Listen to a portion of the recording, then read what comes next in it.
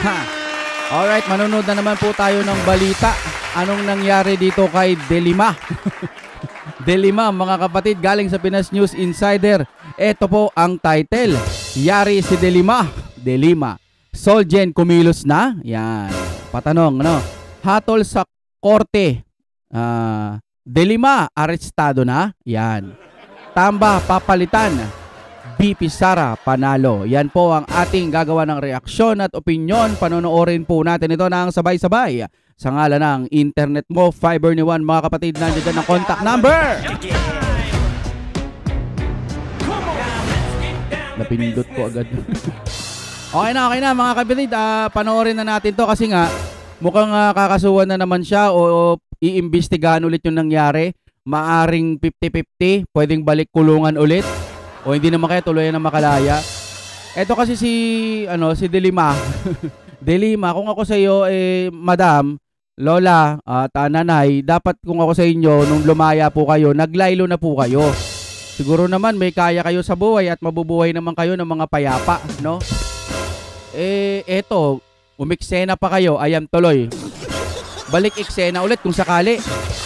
Sana swertihin kayo, no? Okay, tuloy po tayo mga kapatid, Pinas News Insider. Ang balita ngayon, trending at pinag-uusapan ngayon sa mundo ng social media. Ang di umano'y balitang, tila mukhang may nasampal sa isang katagang na ang Gaba di Jude magsaba. Matapos umaming tinawagan at tinanggap ang offer ng Speaker of the House na si Martin Romualdez para sumali sa prosecution team laban kay Vice President Sara Duterte sa ikinasang impeachment trial sa Senado. Dating senador na si Laila de Lima tila muli raw kinarma at mukha di umanong may magbabalik rehas matapos binasa ng Court of Appeals ang desisyon o hatol at binaliktad ang desisyon ng korte na nag-absuelto kay dating senador na si Laila de Lima sa isa sa mga drug case nito. Gaano kaya ito katotoo, mga kababayan? Ating alamin. Pero bago ang lahat, kung bago ka pa lamang sa aming channel, please huwag kalimutang mag-like,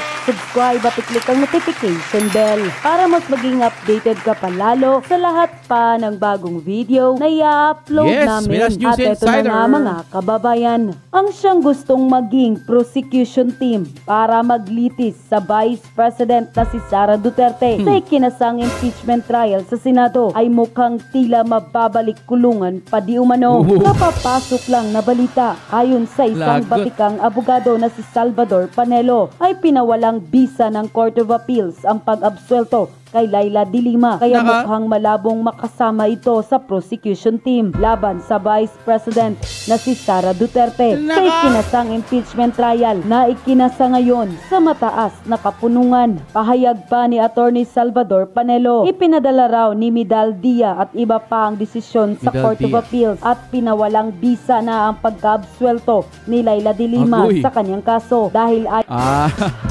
so yung absuelto siya, yun yung ipinawalang bisa. Okay? Hindi yung ipinawalang bisa, yung pagkakulong sa kanya. Yung pagka-absuelto pala, anak ng teteng niyan. Oy. Nga raw sa nasabing hukuman, hindi raw nasunod ang rules on evidence. Hindi nga raw nila inaprubahan. Kaya nga raw itong mga nagsinungaling ay mga tinakot raw. Kaya ang desisyon ng Court of Appeals ay null and void of acquittal. Ibalik sa hukuman at ituloy ang paglilitis. Agoy, agoy, agoy. Laya na, baka magiging bato pa. Naku. Sana nanahimik na lang siya, no? Kasi nung lumaya siya, kala mo talagang malakas. Nagre-revenge siya, no? Kung nanahimik na lang, paubaya na lang niya yung trabaho sa kanyang mga kaanakan o kung may anak siya, yung mga ganun sana, no? Tapos mamuhay na lang siya ng payapa. Baka kalimutan pa sa kanya yung mga kaso-kaso na yan. Mukhang nilalakad mukhang tinitignan kung may paglabag ba sa kanyang paglaya, no? Absuelto.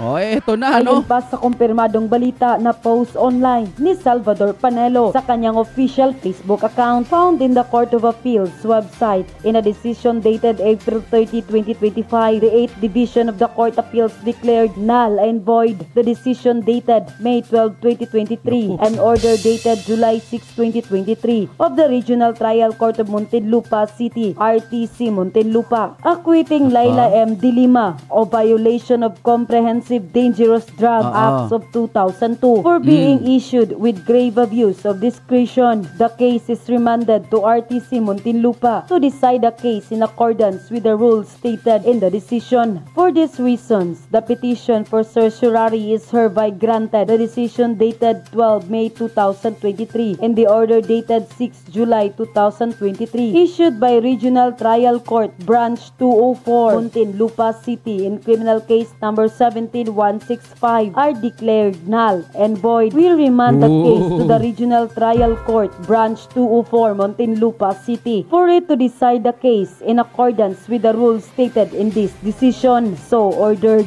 Unquote. Ayon pa sa dagdag balita online, just in, Court of Appeals binaliktad ang pag-absuelto sa isang drug case ni former Senador Laila De Lima. I-reserve ng Court of Appeals CA8 Division ang acquittal ni dating Senadora Laila De Lima sa isa sa mga drug case nito. Pinagbigyan ng CA ang hiling na petisyon for certiorari na inihain ng Office of the Solicitor General.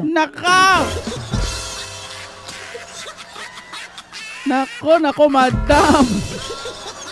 Yan lang talaga muna ang mare-reaction natin dyan. Mukhang babalik ka, madam, ah. Sabagay, wala ka namang kasama doon. Ikaw lang ata mag-isa, no? Mga kaibigan, no? Kapag ka kinukulong, dapat, lalo na kapag yung mga kaso, no? Kasi minsan, kapag malaking kaso, pag pumasok sa kulungan, parang big time sa kulungan, eh. No?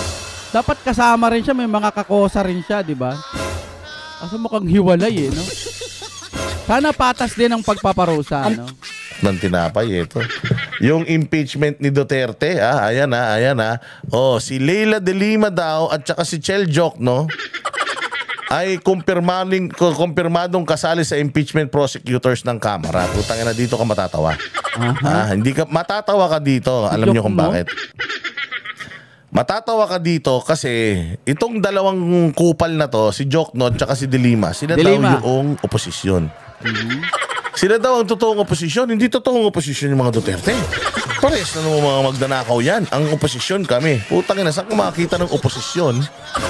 Nakakampi na ng administrasyon. Kaya nga oposisyon, eh, no? Naalala ko lang din si Ate Claire, eh, no? Parang medyo parang ganito rin ang style, no? Pag medyo nakakasira na daw o pwedeng makasira sa gobyerno, eh gagawa ng paraan. Okay lang daw naging mga oposisyonan. Yun lang ang pag-iintindi ko doon sa sinabi ni Auntie Claire. Pero kasi yung oposisyon na sinasabi nilang sila ang tunay, eh tahimik naman sila sa gobyerno, eh.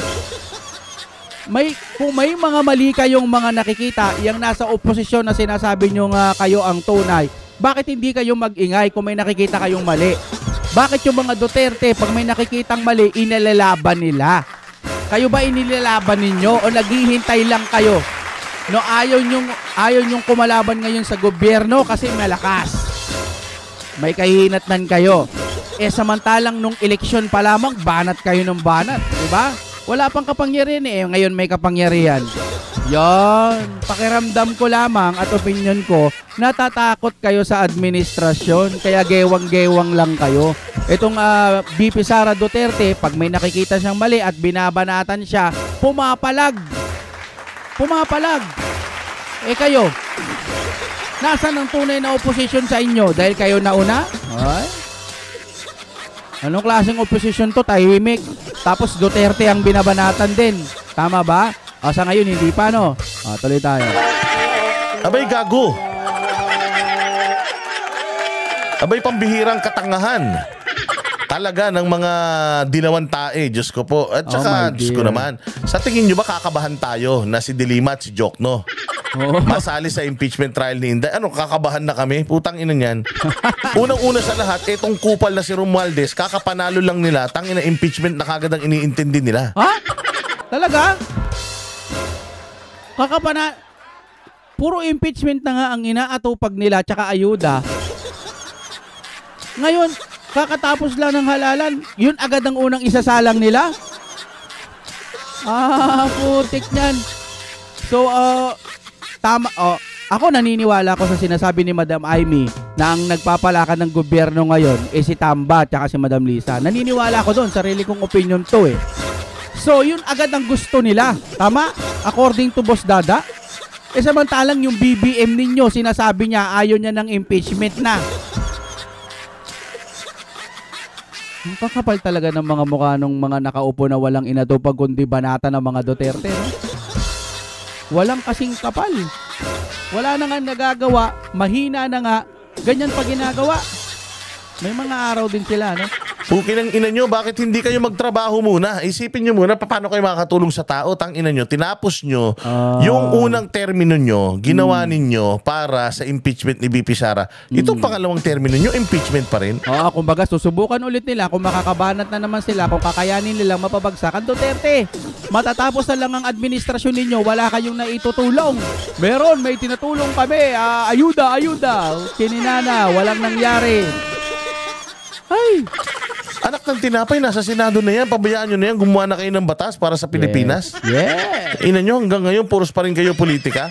Yan ang first order of business nyo, impeachment ni VP Sara. Okay lang yung Senado dahil nasa kanila talaga yan. Pero pucha naman Congress, magtrabaho naman kayo, sir. Napirmahan nyo na nga eh. Okay na nga eh. Lahat na kayo eh. Ay, majority, sinasabi nila may bayad yung pirma-pirma eh. Okay na, panalo na kayo dyan. Na-impeach nyo na si VP Sara dyan sa Kongreso, House of Representative. Di ba? Yan, dyan yun, no? Tapos ngayon, nasa Senado na, hayaan nyo na. Magtrabaho na kayo, tama si Boss Dada. At tupagin ninyo, gumawa kayo ng mga batas na po pwedeng mapaunlad ang ating bansa. Yung mga masasamang tao, wala kayo. Duterte na naman.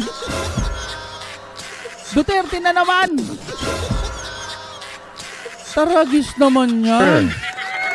At saka, kakabahan ba tayo? Kakabahan na ba kami? Nandiyan dyan si Dilima at si Jokno. Dilima, Jokno? Ano bang meron Wala. Baka nga mas mahina pa kay Romualdez yan eh. Yun lang akin Nilampaso nga ni Pangulong Duterte yan doon sa Senado.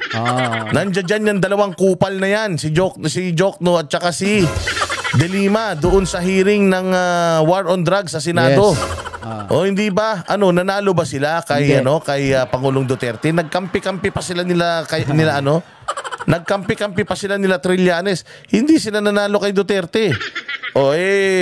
Si Duterte nasa ICC na, so nanalo. Tanga. Ang nagpadala sa ICC kay Duterte, si Bongbong, hindi si Dilima at saka si Echel Jokno. Iba yon, ibang usapan din yon. Hindi madadala yon sa dahig kung wala silang gagawin. Para sa akin lang ito illegal yung pagdala nila sa Pangulong Duterte doon sa dahig. Hindi sila pumatas. Kumbaga sa basketball ay nandaya sila, inuwi nila yung bola. Tapos yung referee dinala nila sa dahig. Tumigil nga kayo. Tanga lang si Bongbong kaya nandoon si Pangulong Duterte nagpabudol sa mga komunista. Pero wala kayong ambag. Diyan nga sa Senado ginawa kayong tanga ni Pangulong Duterte. Tanda-tanda na nun. Ito pa kaya si Inday Sara with her pool of lawyers. Yes. Nagkataon wala si Pangulong Duterte. Dapat si Pangulong Duterte isa sa mga legal counsel ni Inday. Kung nandiyan dyan, di sana nilampaso na naman kayo. But anyways, pakinggan natin tong balitang to. Diskusyon sa impeachment trial ni VP Sara Duterte, sina Laila de Lima at si Chel Jokno. Mismong si Speaker Martin Romualdez daw ang tumawag kay de Lima para imbitahan sa panel. Nasa frontline na balitang yan. Bakit si si Romualdez tahimik lang, Yan si Marian Enriquez. Bigo sa eleksyon ang 2 sa 11 House prosecutors ng panel para sa impeachment trial ni Vice President Sara Duterte. Bigo. Kaya nag-umpisa nang ialok ng Kamara ang mga bakanting posisyon sa ibang kongresista. Isa na rito ang dating senador na si incoming mamamayang Liberal Party List Representative Laila de Lima. Ayon kay de Lima, tumawag mismo sa kanya si House Speaker Martin Romualdez para i-offer. Kadiri ka de Lima. Putang ina niyan. Alam mo for a fact na politika ng mga Marcos etong impeachment na to. Tapos naging naging kasapakat ka nila. Ew, kadiri. Tinanggap na ba ni De Lima? Ano yung paninindigan ninyo sa mga human rights victims ng mga Marcos nung panahon ng martial law? Never again, never again. Tapos ngayon sisip-sip sa daliri. Ang mga Marcos, mga magnanakaw. Ang mga Marcos ganito, ganyan. Tapos ngayon gagamitin ka nila para Boss Dada, sa tingin ko, no, mga kababayan, sa tingin ko magagamitan sila. Yan. Sa politika nila. Kadiri ka, Leila. Wala kang delikadesa. Kalaban mo yung mga yan, tapos para lang mapabagsak ang mga Duterte, kailangan nyo pa magkampi-kampi. Ang dami nga nila, di ba? Halos Duterte versus all enemies. Po, alam nyo nung nakaraang itong eleksyon na to, nagkampi-kampi ang kakamping, loyalista, dilawan, para lang mapabagsak, makakaliwa, para lang mapabagsak ang mga Duterte. It turned out, napakalakas pa rin ng impluwensya ng mga Duterte. Mas lalo pa lumakas. Niyakap pa lalo nila ang mga Duterte, di ba? Dahil sa ginagawa ng mga to. Nakakahiya ng ganyan. Magsisimula pa lang ang bagong pinatawag na si De Lima para sa pagpaplano dyan sa impeachment. Ay, putik naman yan. Maya kayo sa mga kababayan natin. Buti na lang may mga ganitong social media, no? At least nalalaman natin, may tama man o mali, at least nagiging aware tayo. Kung ano man po ang gagawin nila at balakin na naman nila, baka mas mahina na ngayon. Sa tingin ko lang, no, nung mga nakaraan, dahil na 19th Congress, medyo meron silang, sa kanila lang yun isip lang nila, malalakas sila. Pero nga, wala talaga. Bagsak lahat sila. May mga nakalusot man, mga na lang yun. Mga sabaw-sabaw na lang yan. Hindi yan malaking banta, pero syempre hindi pa rin po tayo basta magpapakampante. Tuloy-tuloy pa rin po ang suporta natin sa mga Duterte, lalo na't wala namang ginagawang masama ang mga Duterte. Itong mga kalaban na to, may araw din sila sa mga Duterte. Na yung mga kandidato nila, nanalo pa din. So paano na yan? Yung malalakas na kapasok. Munti-unting nagbabalik ang mga dilawan, nakasiksik, nakapasok sila. Kasi matindi talaga yung gap na iniwan itong away ng mga Duterte at saka ng mga Marcos. Sa sobrang na-saturate ng Pilipino sa awayan nila, nakasingit ulit yung mga dilawan tae. Sa tingin ko, mga bumoto dyan, karamihan mga estudyante, mga nagsisimula pa lang, na iniisip nila, may nag-aaway Duterte tsaka Marcos. So, ayaw na nilang tignan kung anong pinakapunot dulo nun. Dito tayo sa walang kaaway, mga dilawan. Siyempre, estudyante ka, ewan ko lang sa mga estudyante na nakakaboto na, no? Ewan ko lang kung anong pagsusearch ang ginawa ninyo, kung ba't nanalo to.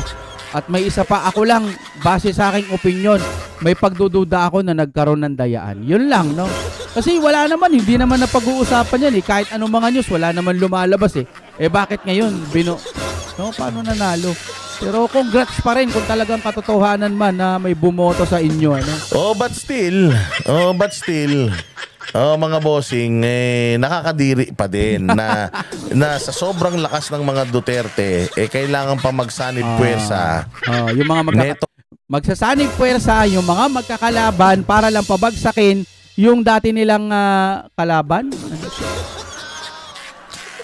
Marcos, Dilawan, at yung kung ano-ano pang iba dyan. Sama-sama sila, lahat sila dati nagkakaaway-away yung mga yan. Ngayon, Duterte na lang ang kaaway nila. Pero hanggat ginagawa nila yan, susuportahan naman yan ng mga mamamayang Pilipino. Hanggat minamahal po ang mga Duterte, hanggat gumagawa ng mga mabubuti ang Duterte at ang kaalyado na to, hindi yan iiwan ng maraming mga Pilipino. Palike po ng ating video. Maraming salamat po sa inyong panonood. Salamat po. Break it down.